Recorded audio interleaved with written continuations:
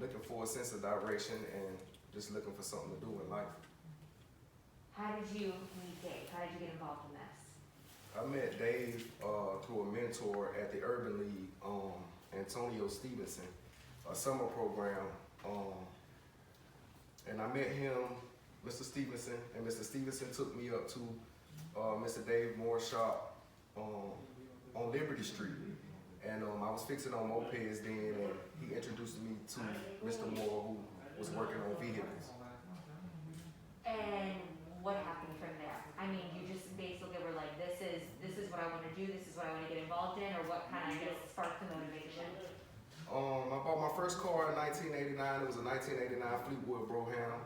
Mr. Moore painted it for me, and the paint just took over my vision. And it was something moving from mopeds and painting mopeds and go-karts and working on them to looking at cars and seeing that sky's the limit. And even though the car looked so big, I could still tackle it. And you know, I got a lot of attention from riding around in that pretty green car. So yeah. You were like, this is what I'm gonna do. Right.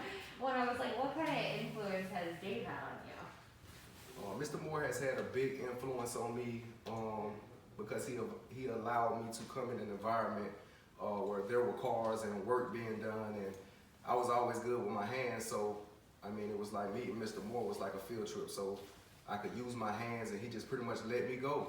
You know, it wasn't don't do this, don't do that. It was go out there and see what you can do. So it's more so like a test. Well, and for you, you know, you talked just briefly about like growing up, where you were at. How important was it for you to have like an opportunity for someone to be there and say, hey, this is something you can do, and to have that resource or that outlet? Without that resource, I feel like my future would not be where it is now. I would have not been able to give back and help others, and also employ over 20 people in the time that I've been doing this. Without that opportunity, none of that would exist. When you look back 15 years ago, what would you want to say to yourself? What would you want to say to that person? In life, there is opportunity. You got to go out there and search for it. You may only get one chance to take it, and you got to take advantage of it like I did. Well, and you know, Dave's whole thing is to give people opportunities who might not otherwise have opportunities because of their past, or targeting at-risk youth. I mean, how important do you think that is to the community here in Winston, and even just greater, more so the Triad or North Carolina to have that? I just want to honestly say, don't judge a book by its cover. You know, some things happened to me, and I was more so innocent, and Mr. Moore gave me a chance. He didn't judge me for my background. I don't think anybody should judge anybody, but just give them a chance. It ain't to the individuals prove you wrong, then you can let them go. But I feel like everybody deserves a chance, because you never know the potential that a person holds inside of them without giving them a chance like God gave us. Tell me a little bit more about your body shop here, Chip. My body shop mainly specializes in insurance work. I take guys off probation.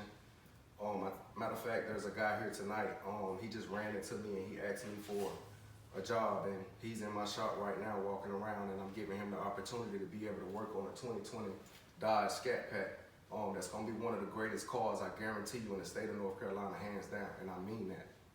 How does that feel for you to be in the position where, you know, someone gave you an opportunity and here you are giving others opportunity, coming full circle? It's a feeling that's indescribable. It's something beyond this world, and I feel it right now. Is there anything else you want to say? No. We're good. Thank you. Appreciate you. I'm going to snap the microphone off of you.